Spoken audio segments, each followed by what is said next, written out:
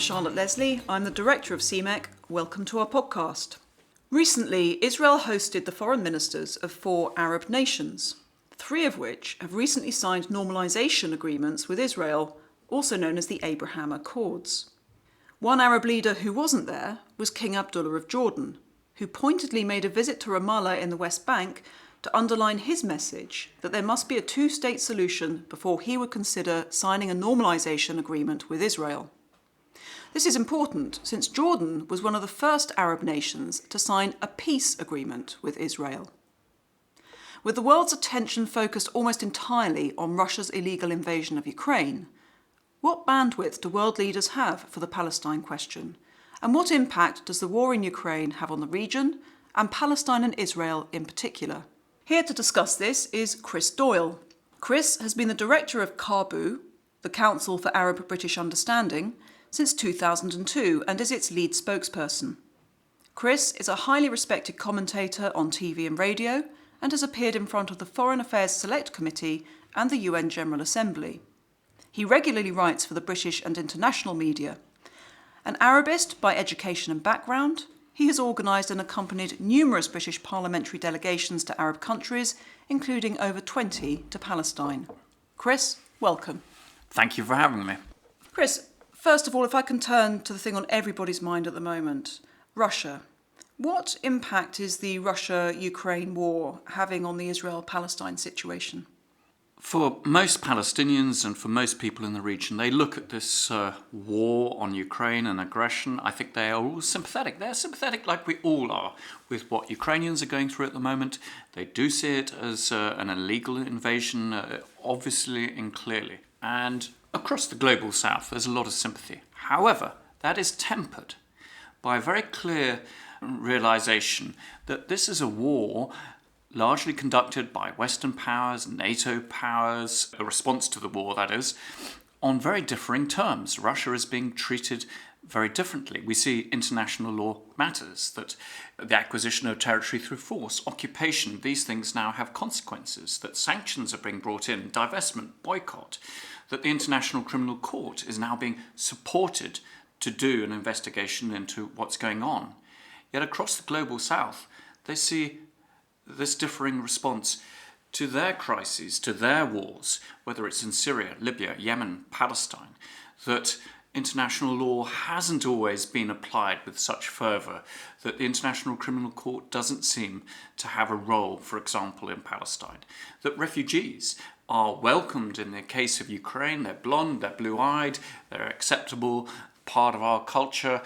But if they come from Afghanistan, from Syria, they're treated differently, and there's actually hostility. So they see this war as actually exposing a lot of double standards and inconsistencies, hypocrisy even, of some of these countries. And there is going to be a very bitter resentment if politicians here and in Europe and North America don't start to realise this, and that they have to also apply the very same practices and responses as they've done in Ukraine, to other conflicts, to demonstrate that actually lives in these other countries, from Afghanistan to Libya, matter just as much, and that we need to bring their wars to an end. We need to make sure that they have the freedoms to enjoy just as much as Ukrainians, because otherwise there's going to be a lingering bitterness. And guess who's going to benefit from all of that? It's going to be those extremist groups like ISIS, Daesh, and Al-Qaeda, who will tap into that resentment.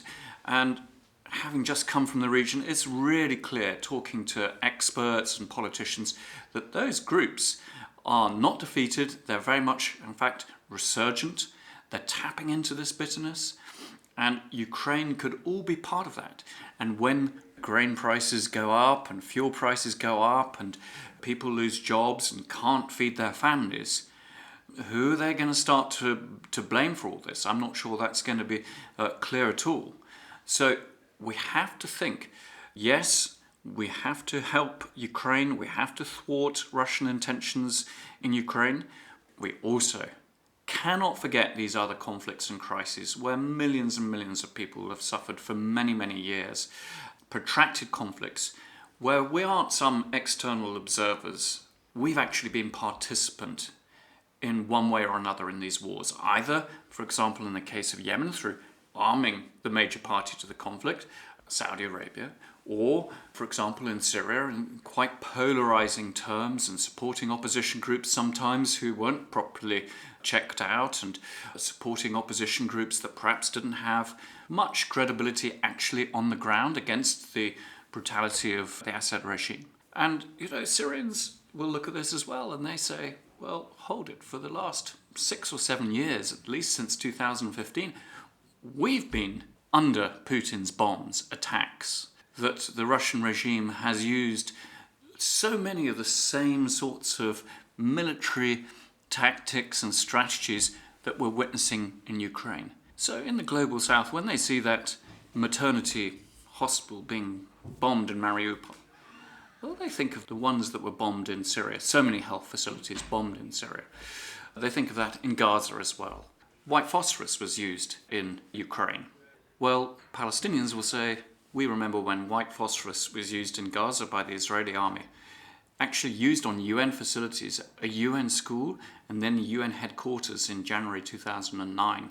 In the UN headquarters at the time were people who were actually seeking sanctuary, civilians, protection, and yet the white phosphorus came down. And anybody who knows anything about white phosphorus, is the most appalling weapon. The burns you get for it cut right through to the burns. It's worse than napalm. So we really have to address it. We cannot ignore how the West of the world is feeling about this, how they see it. Otherwise, when we go off begging, various countries about we need more oil to be pumped, we need your support on this, they're not going to be quite as sympathetic as we might expect. I can see that, just going back a bit to something you said, I can see for perceptions of equivalence, I absolutely get the point you're making. I guess I'd just say that if you're going to talk about equivalence, particularly in the Yemen situation, recently we had Houthis firing missiles into Jeddah, and I suppose the equivalent would have been Ukrainians firing missiles into Russian territory uninvited. But you're saying that there's a perception of equivalence.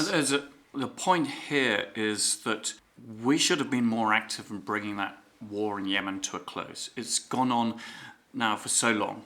We have on occasions taken a side. We have frequently not done enough. We've been very blasé about allowing these conflicts just to continue and not really putting in the energies to end them. And without the appreciation actually that these continuing conflicts actually are a threat to us, that they do stimulate extremism. They are opportunities for these very groups we don't want to prosper. And they have become, of course, engines for major flows of refugees.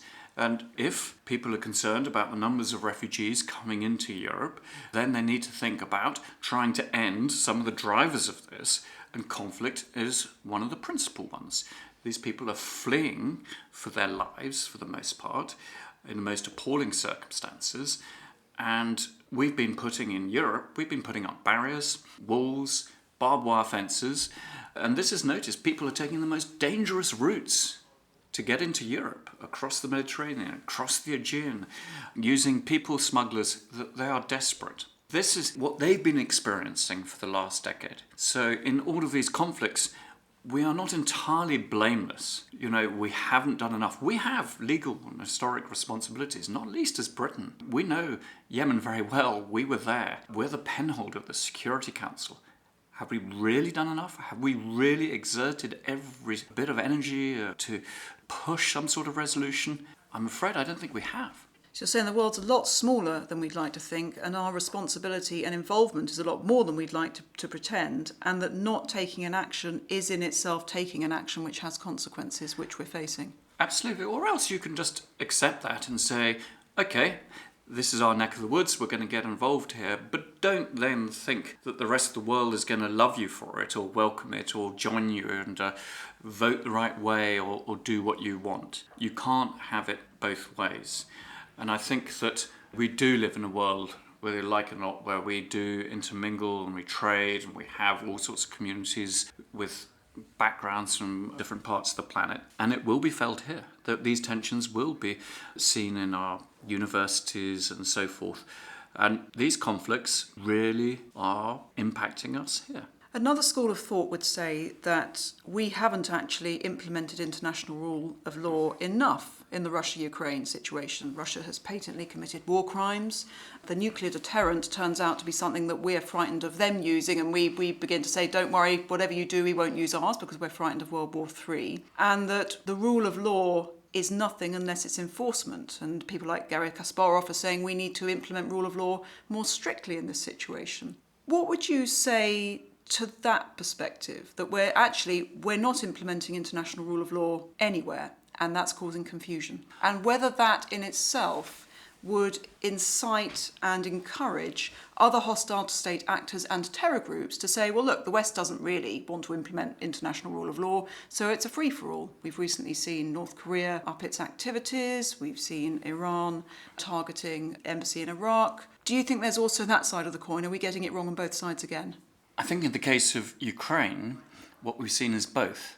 In 2014, with the Russian occupation and annexation of Crimea, there was some response, but it was woefully insufficient. There were sanctions. There were sanctions within days from the European Union, but I don't think it was powerful enough, and we fell away and we dropped off the case. And we didn't respond, I think, properly in terms of what Russia has done, for example, in Russia with the assassination of Litvinenko here in London. You know, the use of the most toxic substance known to man, and then, of course, Salisbury. So I think we have let the Putin regime get away with too much. That said, I think since the invasion of Ukraine, there has been this sudden shift, all of a sudden, to suddenly finding that, international law really does matter, that actually the ICC, and Britain now is funding an investigation, has given £1 million towards it. That matters. We've imposed really quite punitive sanctions. Of course, then there is the argument of should we, for example, be banning sales of Russian gas and oil. But certainly we have seen a massive surge in sanctions and divestment. I mean, most Western companies have stopped doing business in Russia. We have seen sometimes it actually going too far. You've seen the way in which Tchaikovsky can't be played anymore. So it's become absurd. And I think this is something actually people in the Middle East that perhaps don't live in democracies really get this, perhaps more than we do here. The difference between the regime, the Putin regime, the cronies that benefit from him, and ordinary Russians. Because if you are a Syrian, you do not wish to be defined by Bashar al-Assad or his father. If you are living in some dictatorship, you don't want to be defined by their behaviour. So they understand that ordinary Russian civilians are caught up in all of this, and that we need to be demonstrating to them that it's not about antipathy towards Russians, it's about the behaviour of the regime and those around it. And I'm not sure that distinction has always been quite clear enough. It's why I think that we have to be very careful with those cultural boycotts, that we send the wrong message. It's also an issue with sanctions. It's an issue with sanctions because when you impose really tough, stringent sanctions, before long, it's not those people around Putin who are going to feel the heat. It's going to be ordinary Russians who are going to struggle to feed their families. And we've seen this. We saw it in Iraq. Saddam Hussein's regime adapted to the sanctions. In fact, they make money out of it. They make money through smuggling, creating false documents and smuggling of drugs. It's happening in Syria. The sanctions on the Assad regime, frankly, right now, the economic meltdown in Syria is being felt by ordinary Syrians who are no party to the conflict and the abuses. Is there a mistake that the West or democracies make in assuming that, like a democratic leader, dictatorial leaders actually care about the welfare of their people and that their legitimacy somehow depends upon how happy their people are? Is that why the West tends to think that maybe punishing the normal person may be a tool to get rid of an even worse evil that's a dictator? Is that part of the reason we end up with sanctions like that? I think sometimes sanctions is an easily adopted tool, and when you don't want to get into a war, and clearly NATO states don't want to get into a direct confrontation with Russia, and they didn't want to over Syria either, that actually introducing sanctions is a sort of a bit of a cop-out sometimes. And I remember going to various summits on Syria, and there would be another round of sanctions. They'd find somebody else to sanction just so they could go out to a press conference afterwards and say they're doing something, when actually it wasn't really materially changing the situation on the ground. So I think we have to be careful about how far sanctions go. And sanctions must always be reviewed. What are the aims of the sanctions? And really importantly, and I'm not sure we know this, if the aim of sanctions is to change the behaviour, alter the behaviour of the target regime, what does that regime specifically have to do for those sanctions to be eased? If the targeted entity doesn't know that, then I think you have a problem. Because very soon they start to believe those sanctions are there forever and that there is nothing they can do to get rid of them. And there's no point in changing. And therefore they will adapt. They say, okay, there's no point in negotiating or getting into any track about the sanctions. We'll look elsewhere. That happened with the regime of Saddam Hussein. I think it's happening in the case of Syria. And they don't see any way to get rid of those European and American sanctions. So they'll do more business with China. They'll do more business with Iran. They will look elsewhere. And of course, there always are some places they can do business. So sanctions, I think, should be understood. Yes, they're important, but they have their limitations as a policy tool. I'm Charlotte Leslie, Director of CMEC, and I'm talking to Chris Doyle, who is the Director of Caabu, the Council for Arab-British Understanding. Chris, before we look more specifically at Israel and Palestine and how the conflict is affecting the politics and lives there, we've talked about Syria quite a bit. Can I briefly just go back to that moment in 2013 where Obama put down a red line, and through a sequence of reasons that are familiar to us now, we backed off that red line and it became a kind of pink splodge on our rule of law landscape. What did you see the impact of that step back to be in the region, and what impact did it have, if any, on the notion that the West implements international rule of law and sticks by its word? I think perhaps the biggest impact was actually what we are seeing now. It's the lessons that Vladimir Putin took from it. And I think it was deeply unfortunate that that sort of language was used and then not enforced. But also the obsession with chemical weapons. Don't forget that the Syrian regime was busily killing hundreds of thousands of civilians using conventional weapons, and we were doing nothing. So I think there was another issue there in terms of the failure to end what was going on. I think also with 2013, there was a lack of clarity as to what any intervention was actually going to mean. Was it going to be some sort of punitive raid on the Assad regime just to sort of send a message, we don't like you using chemical weapons? Or at the other end of the scale, was it going to be a military operation for a regime change? But whatever, we failed to honour that red line. And the likes of Putin, likes of various other countries and dictatorships saw this and read this as weakness. They saw this as the West no longer prepared to stand up for its own values and international law. And this has continued, and I think it's now sort of somewhat of a surprise to see all of a sudden Europe and the United States acting in concert. And there was a bit of a misread, I think, in much of the world that somehow the United States was now really weak over the last 5-6 years. Well, that weakness was more as a result of a policy inertia of not getting involved. But of course it remains the dominant military power on the planet, the major global economic power. And now that you see Europe and the United States working far more together, okay, not perfectly, then I think you don't see this sort of weakness. And a lot of powers in the region miscalculated. They thought somehow that Russia was the resurgent power and strong. Well, actually, its economy is not much bigger than Spain's. Its military, not actually quite, it's large, but not quite as powerful and sophisticated as many made out. And we're seeing that in Ukraine. We're seeing them coming into problems with that. The Russians tested their weapons in Syria, and they used that to try to market weapon sales. Well, yes, they were used there, but they weren't used in a contested environment. It was a turkey shoot. It was, can you hit a building 50 miles away?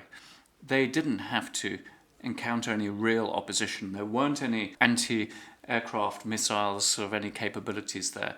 So they weren't tested. But we did nothing, and that is the message that most of the region took. And can I ask, even if Russian capability isn't quite what it might seem to be, is Russia seen as a more dependable partner and ally from the region's perspective? This was something that many powers noticed, the sort of sense that you had, of course, such a seismic change in the nature of American administrations between Obama and Trump, such a sea change in policies, that the inconsistency in the US approach became a challenge for a lot of these countries. And even now, of course, we're not sure what's going to happen in 2024, whether you're going to have a Republican administration very much in the mold of Trump or with Trump himself. So they're not sure what to expect from the United States.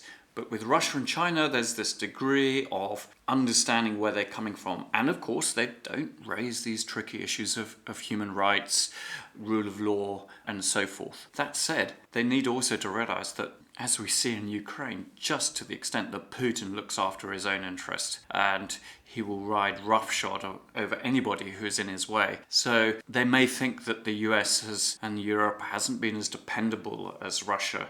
But when Russia wants to go its own way, it will be ruthless in pursuing its own interests. Don't forget, for example, that Russia has a very strong alliance with Iran on Syria, be it with some differences. That's not necessarily pleasing all the various powers in the Middle East either. So I think they should be a little bit more cautious in terms of looking to Moscow, at least, in terms of their future security needs. We've talked very globally about the situation. Can we zoom in a little bit more on Israel and Palestine? From a layman's perspective, in a sense, Israel's position has been somewhat unclear and a little confusing. Can you outline where Israel is with its relationships with Russia and what it has to balance? Well, Israel is one of those powers with strong relations with both Russia and Ukraine. And the former Prime Minister Bibi Netanyahu had very close relations with Vladimir Putin. He used to visit Moscow a great deal. And also Naftali Bennett, the current Prime Minister, likewise. And actually you see this working out in Syria, where Israeli strikes on Hezbollah targets, on Iranian targets, happen with regularity, even though Russia has an airbase, a Hammameem airbase, with S-400s, with S-300s, which aren't deployed.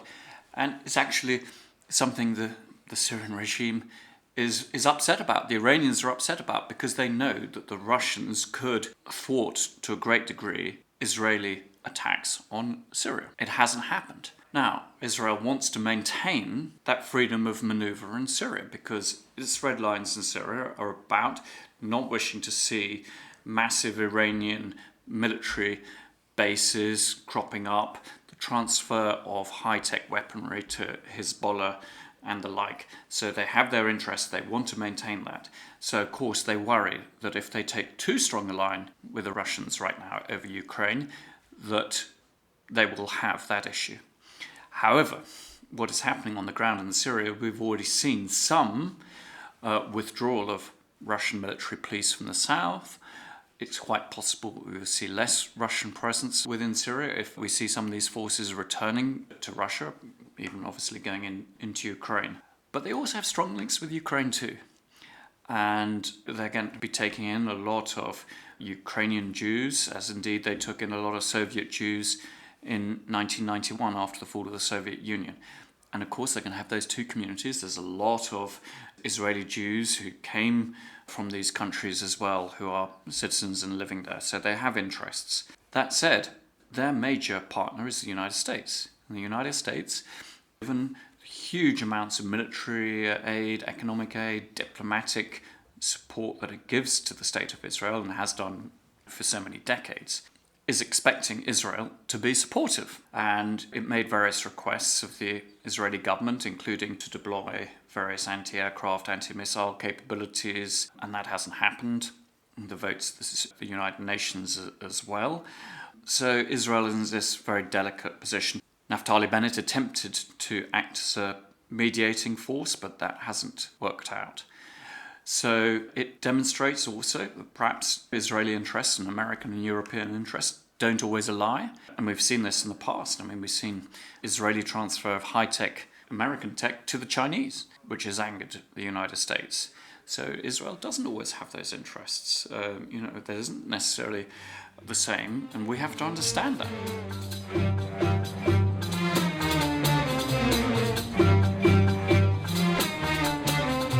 I'm Charlotte Leslie, Director of CMEC, and I'm talking to Chris Doyle, who is the Director of Caabu, the Council for Arab-British Understanding.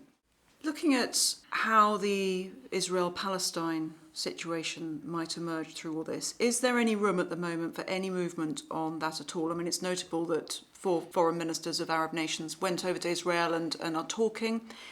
How are the Abraham Accords going to be affected by this? What's the situation? What's the landscape for an Israel-Palestine two-state solution? There simply is no expectation amongst either Israelis or Palestinians that there's going to be any political progress on any peace track. There isn't one at the moment. There's very little sign of agreement between the two sides.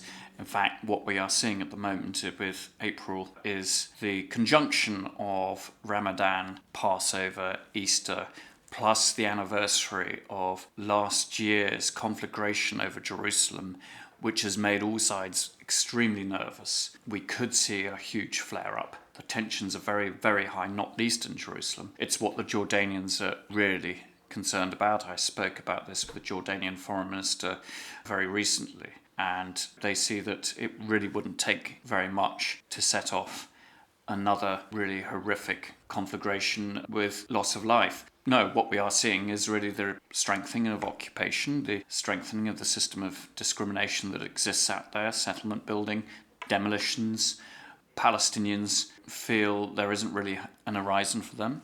They are also massively frustrated with their own leadership in Ramallah and also the Hamas leadership in Gaza. They don't in any way appear to be working for them. Those who wish to have talks are undermined because there doesn't seem to be any basis for that. We're in a situation when people talk about a two-state solution, and what we're seeing on the ground is the effective annexation of huge chunks of the West Bank. Palestinians saying, well, where is this state?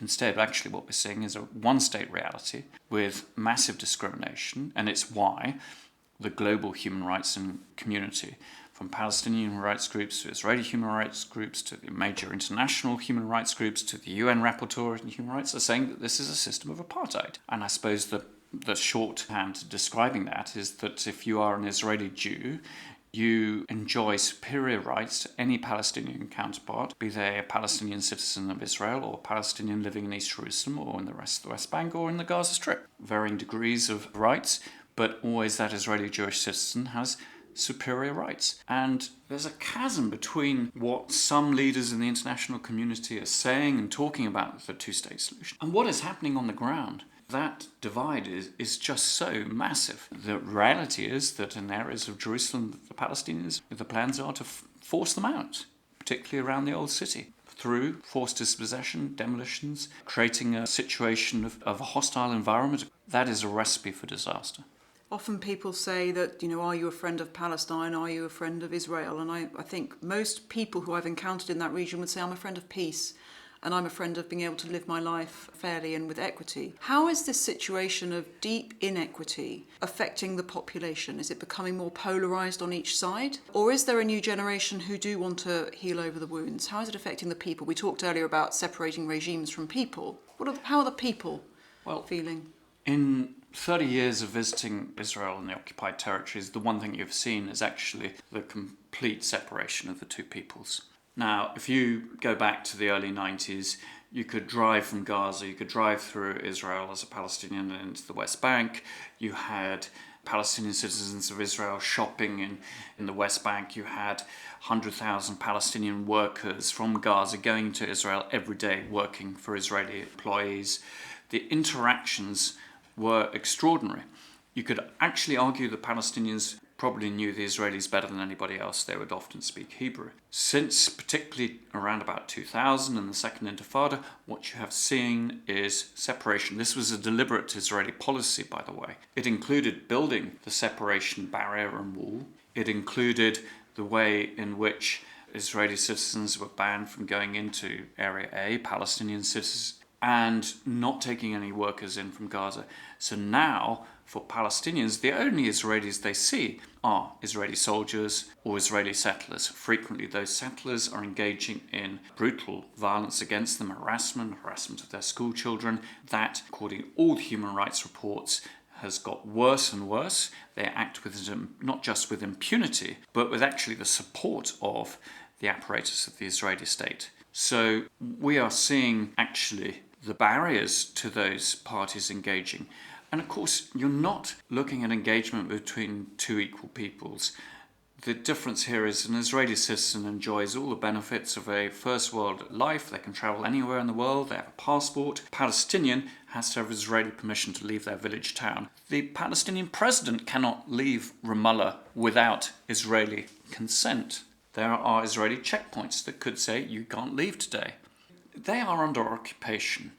So to ask them in a sense to engage with Israelis in this completely unequal footing is problematic because they have a completely different experience. For most Israeli citizens, particularly since that second intifada, the issue of the Palestinians is something they don't want to deal with anymore. It's not an issue at Israeli elections. The only time that they address this situation is when there is violence. When you see rockets and mortars being fired out of Gaza, a war crime, wrong, then they, of course, demand that government to take action. But they are completely silent on the policies of occupation and discrimination. They don't want to see it. They're not trying to find ways to bring that to an end. That's also very dangerous for the future. And unless Israel understands that occupation is actually a security threat to them, maintaining that hold over millions of people who don't want you there is actually undermining their security, their standing. And let's look at Ukraine. We see a Russian occupation of Crimea, areas of eastern Ukraine, followed by the invasion. Palestinians say, we've been occupied for 54 years. 54 years living in the West Bank under military law, where our kids go to military courts, where we have all these checkpoints and far zones, military areas. We see Ukraine. The international community is saying that the occupation is wrong. They talk about the importance of sovereignty and so forth. So why not for Palestinians? You see also, for example, Ukrainians now bravely fighting Russian forces. We see clips on our media of young Ukrainians preparing Molotov cocktails, which is the best beer bottle to use. When Palestinians dare to confront Israeli soldiers who are occupying their lands, demolishing their homes, and who might dare to use a stone, rock, and throw those at Israeli soldiers, is there the same reaction? They're labelled as terrorists, will appear in a military court.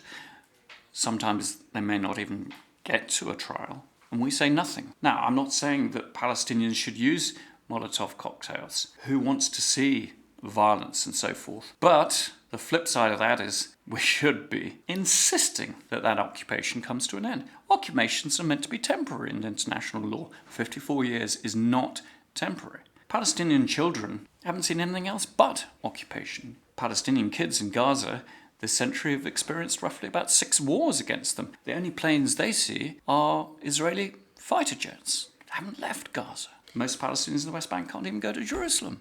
Yet we say very little. And as you say, that is hardly an environment to foment understanding and to provide an environment where you can begin to build bridges and build peace, particularly from the Palestinians' perspective. Well, you can't really build peace. It's like asking somebody, squatters in your house, to go and have peaceful relations whilst they're still squatting. The Palestinians want to have peaceful relations, but we have to understand that the end goal of this is the end of that occupation.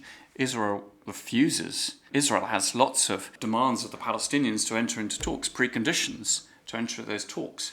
Palestinians can't put a precondition of, no, Palestinian state on 1967 lies, thank you very much, in the end of occupation. That's not acceptable. But why is that unacceptable? It should be absolutely understood that that has to be the end goal. Many international leaders right now are saying we can't go soft on the Russians, they've got to leave Ukraine. Palestinians are saying, well, you shouldn't be soft on the Israelis, they have to leave our lands. It's not happening. And the double standards, I'm afraid, and the hypocrisy is understood, if not in Europe, but certainly across all the Middle East, the Islamic world. And in fact, actually, it's understood by a lot of people here, which is why it is resented, because they see this double standards. They see that we're not applying our own rules to the situation. Equitably. Absolutely. So I guess you're arguing for, we wouldn't ever question the right for the State of Israel to exist, but I guess what you're arguing for is an enlightened self-interest for the State of Israel to be able to exist more equitably with its neighbours, and its current policy at the moment is a security risk for the State of Israel and should be of concern to anyone who is concerned for Israel, as well as its neighbourhood and the Palestinians. Absolutely. Israel exists and it should enjoy its own security and peace with its neighbours. But whilst it occupies other territories and still occupy the Golan Heights, Syrian territory as well, occupation and peace doesn't go together. And Russia is possibly going to find out what it's going to be like to try to hold down territory where the people don't want it. And Israel is trying to hold down territory where Palestinians don't want them to be there. It may not be the same in terms of scale and so forth, but the principle is very clear. And when we look at peace, we've got to get the right fundamentals in place if we're going to be serious. It's not negotiations between two equal parties. It's negotiation between the occupier and the occupied. And the role of the international community, actually, we have a legal obligation to ensure that occupation ends, that the laws of wars are enforced, and that those people actually living under occupation who should be benefiting from the laws of war, the Fortune Convention and so forth, are not. We are failing them. For a politician who says, look, Chris, what you say is maybe it's right, but look, I've got to look after my own country and we have got our own self-interest, what would you say was the self-interest argument for equitably applying the rule of law for a British politician who has a domestic audience to look after? I think the whole situation in Ukraine has demonstrated it in bucket loads, that the foundation of international law is the non-acquisition of territory through force. And if you don't apply that, then all sorts of various powers, China, Russia, Israel, Iran, will see this as an opportunity to say, right, well, this doesn't apply, and maybe we will help ourselves to areas of territory that we've had our eye on. I mean, Iran has its eye, the Emiratis will tell you they still occupy three islands in the Gulf. Bahrain has fears about Iranian intentions towards Bahrain. Of course, historically, we had the situation of Iraq invading Kuwait. So if you don't stick up for these sorts of principles, then you have the law of the jungle. Is that really where we want to live? We need an international rules-based order. Yes, okay, the one that's existed since 1945 may be out of date, and there's a lot of debate about that. But that principle where you don't go in and settle your differences through the use of force, I can't see how that isn't maintained as the essential foundation of how we wish to move forward. And it is why you see this unity in Europe and the United States against what Russia is doing in Ukraine. And as I said before, it's our failure to have stood up for that earlier that has actually led Vladimir Putin to believe that he could get away with it in Ukraine. And it's great to see that now leaders are sticking up for that, and they should do in other situations with equal vigour, with equal determination, with equal clarity. Transparency and fairness. Absolutely. I've been speaking with Chris Doyle, Director of Caabu, that's the Council for Arab-British Understanding. Chris, thank you very much indeed. Thank you.